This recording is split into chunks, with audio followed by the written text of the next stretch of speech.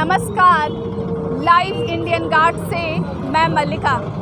आज live Indian guard की team मौजूद है रणधीर वर्मा चौक, जहां रणधीर प्रसाद वर्मा जी के 32वें शहादत दिवस पर उन्हें याद किया जा रहा है।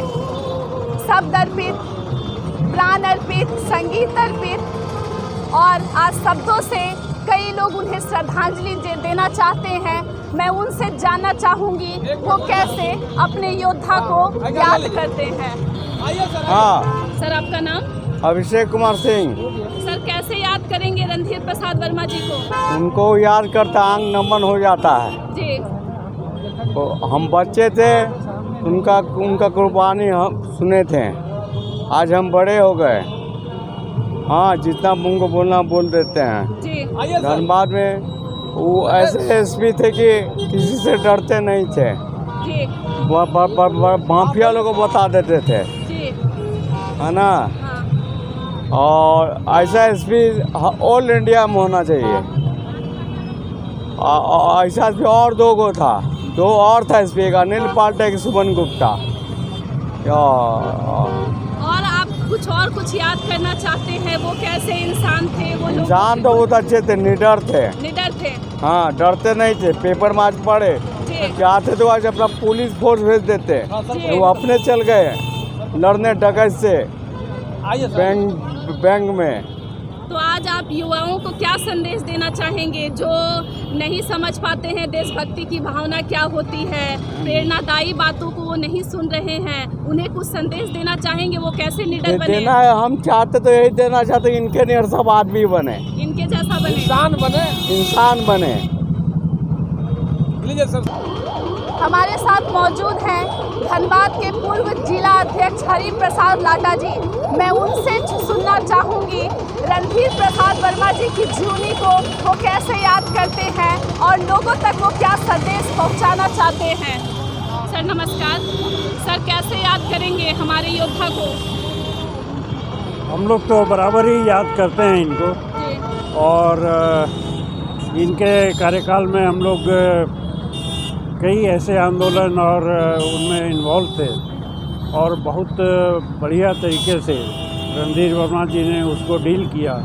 आपको याद होगा, राम मंदिर आंदोलन उस समय बहुत ज़ोरों पर था और कुछ लोगों ने वासेपुर से रामशिला का जुलूस लाने के लिए मना कर दिया था। वहाँ एक रेलवे गेट है, उसको बंद कर दिया था और काफ़ी हो हंगामा हो रहा था। लेकिन रणधीर वर्मा जी ने कहा कि ये रोड भी भारत की रोड है और ये जुलूस जो नियत रूट है उसी रूट से जाएगा और उन्होंने उसी रूट से उस जुलूस को निकलवाया। इसके साथ ही जरिया में भी एक आंदोलन चला था, उसमें भी हमने देखा कि रणधीर वर्मा जी ने बहुत अच्छे तरीके से डील किया और बहादुर थे, इसीलिए वो सब काम कर पाए।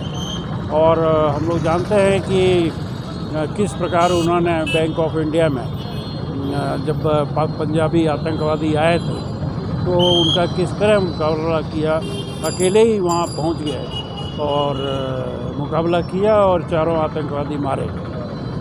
तो बहुत ही बहादुर थे, बहुत ही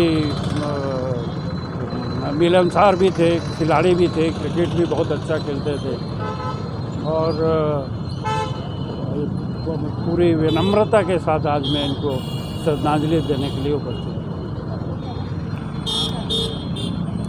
सर नमस्कार, आपका नाम? DN प्रसाद। सर, कैसे श्रद्धांजलि अर्पित करेंगे? उनको दिल से श्रद्धांजलि अर्पित करते हैं और उनके नक्शे कदम पर चलकर श्रद्धांजलि अर्पित करना चाहते हैं और करते हैं। मुझे याद है वो दिन जिस दिन इनको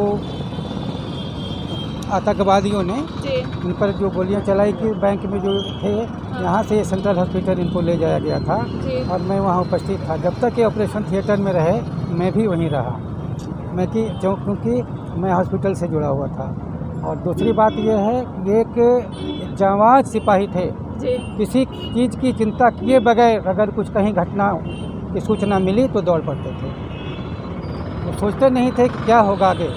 इतनी हिम्मत थी इनमें, इतने अच्छे और बहुत ही अच्छे खिलाड़ी भी थे, जैसा कि आप लोग को भी पता होगा।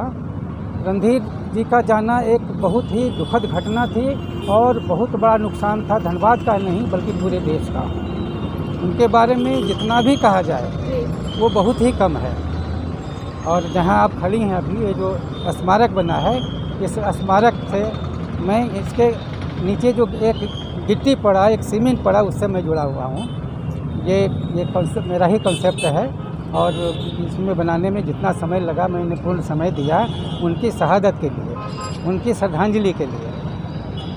और इनके साथ ही जो रीता वर्मा जी सांसद बनी, निश्चित रूप से इनका बहुत बड़ा उसमें योगदान रहा, जिसके चलते धनबाद जो है एक नया इतिहास काम कर सका।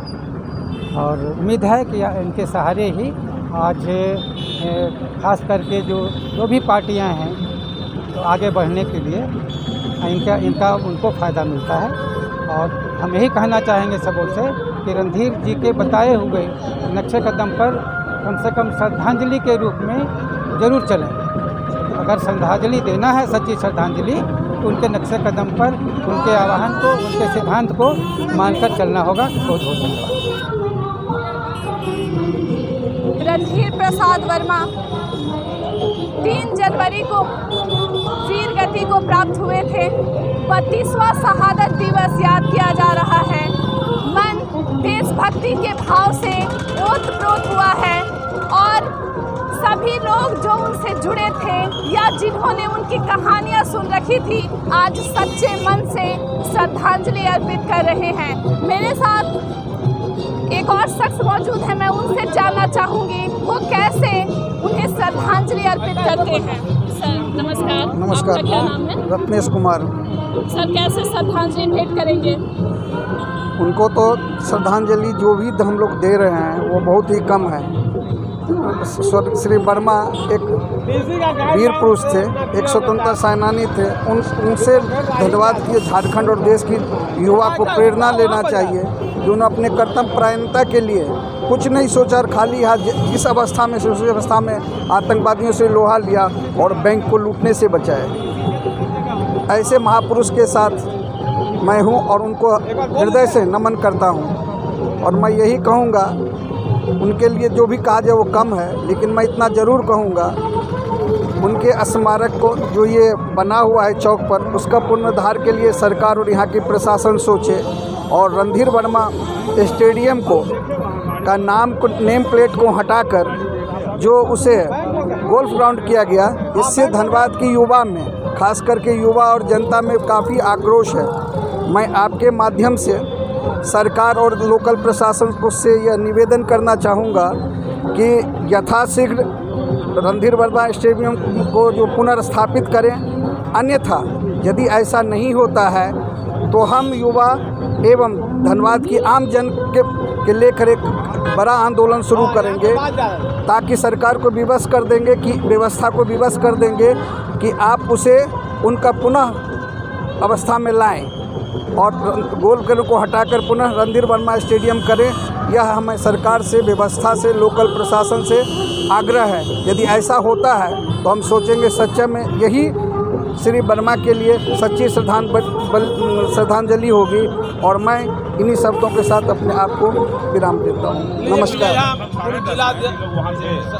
सर नमस्कार। सर किस तरह श्रद्धांजलि देंगे अपने योद्धा को? 3 जनवरी 1991 आज भी धनबाद भूला नहीं है, क्योंकि धनबाद का जनजीवन ठहर सा गया था। जो ही ये सुबह सुबह जानकारी मिली कि धनबाद के जांबाज एसपी आतंकवादियों के हाथों मारे गए, तो उस समय धनबाद में जो लोग भी जिस वर्ग के थे, जिस समुदाय के थे, सबको लगा कि हमने एक ऐसा हीरो को खो दिया जिन्होंने आतंकवादी की गोली को अपने सीने पर झेल लिया और धनबाद को आतंकवाद से बचा लिया। वह घटना अगर नहीं घटती तो आतंकवादियों का सैरगाह हो जाता धनबाद। लेकिन हम सैल्यूट करते हैं शहीद रणधीर वर्मा को कि जिन्होंने अपने सीने पर उनकी गोलियां झेल ली और उनके तमाम मंसूबे को नाकाम किया। फिर आतंकवादी के चाहे जो भी गुट हो, धनबाद आने की उसकी हिम्मत नहीं हुई। दोबारा उन लोगों ने कभी साहस नहीं किया कि धनबाद में आकर के अपना वो लोग अपना सैरगाह बनाएं या अपना यहाँ पनाहगाह बनाएं। ये पहला प्रयास था आतंकवादियों का और पहला प्रयास ही उनका नाकाम रहा और इसका पूरा श्रेय शहीद रणधीर वर्मा को जाता है। इसलिए हम लोग उनको सैल्यूट करते हैं और हर वर्ष प्रथम सप्ताह में ही यह अवसर मिलता है धनबाद के लोगों को उनको श्रद्धांजलि देने का।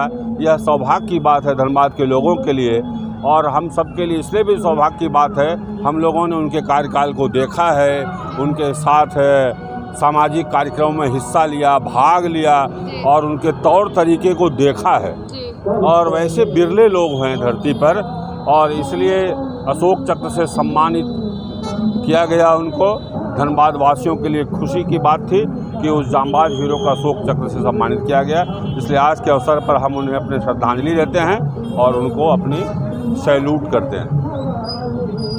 मेरे साथ संजय जी भी मौजूद हैं।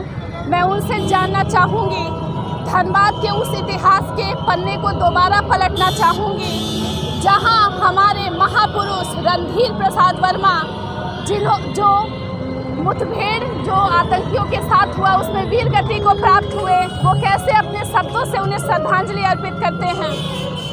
हमें याद है कि 3 जनवरी को यही बैंक ऑफ इंडिया में डकैती का उनको सूचना मिली और तुरंत एक गार्ड लेकर बैंक ऑफ इंडिया में पहुंचे और उनके गोली लगने के बाद एक आतंकवादी को मारे और उसके बाद अपने शहीद हुए। लेकिन बहुत उम्रदराज और बहुत निडर थे और उनको श्रद्धांजलि पूर्वक देते हैं और उनका नाद करते हैं। जैसा आप देख रहे हैं, आज का दिन कोयलांचल के लिए बेहद महत्वपूर्ण दिन है। आज स्वर्गीय रणधीर प्रसाद वर्मा जिनकी शहादत हुई उसे धनबाद नहीं भूल पाया है, यादों में वो सदैव जीवित हैं और आज उनकी तमाम कहानियाँ लोग दोबारा दोहरा रहे हैं और युवा के प्रेरणा स्रोत भी रहे हैं। मिलनसार स्वभाव के एक अच्छे लीडर, एक अच्छे सिपाही, एक योद्धा लगातार खबरों के लिए बने रहे लाइव इंडियन गार्ड के साथ।